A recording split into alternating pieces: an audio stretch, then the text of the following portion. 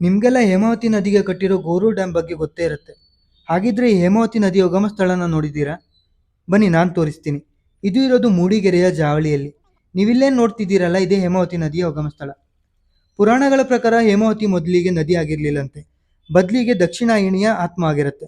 ದಕ್ಷಿಣ ಯಜ್ಞದಲ್ಲಿ ಅರ್ಪಿಸಿಕೊಂಡಾಗ ಆಕೆಯ ಶರೀರ ಚಿನ್ನದಂತೆ ಹೊಳೆಯುತ್ತೆ.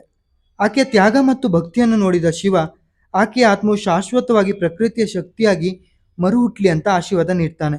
ಈ ಆಶೀರ್ವಾದದಿಂದಾಗಿ ಹೇಮಾವತಿ ನದಿಯಾಗಿ ಹುಡ್ತಾಳೆ.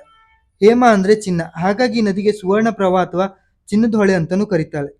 ಹೀಗೆ ಹೇಮಾವತಿ ಏನಿದ್ದಾಳಲ್ಲ, ಒಳಹರಿವು ಮುಖಾಂತರ ಹರಿತಾ ಹೋಗ್ತಾಳೆ.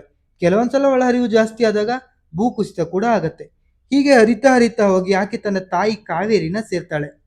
ನೀವೇನಾದ್ರೂ ಚಿಕ್ಕಮಗಳೂರು ಕಡೆ ಬಂದ್ರೆ ಪ್ಲೇಸ್ನ ಒಂದ್ಸಲ ವಿಸಿಟ್ ಮಾಡಿ ನೋಡಿ. ಜಾಸ್ತಿ ಕ್ರೌಡ್ ಇರಲ್ಲ, ಮಸ್ಟ್ ವಿಸಿಟ್ ಪ್ಲೇಸ್ ಅಂತಾನೆ ಹೇಳ್ಬೋದು. ಇಂತಹದ್ದೇ ಇನ್ಫಾರ್ಮೇಶನ್ ವಿಡಿಯೋಗಾಗಿ ನಮ್ಮ ಪೇಜ್ನ ಫಾಲೋ ಮಾಡಿ.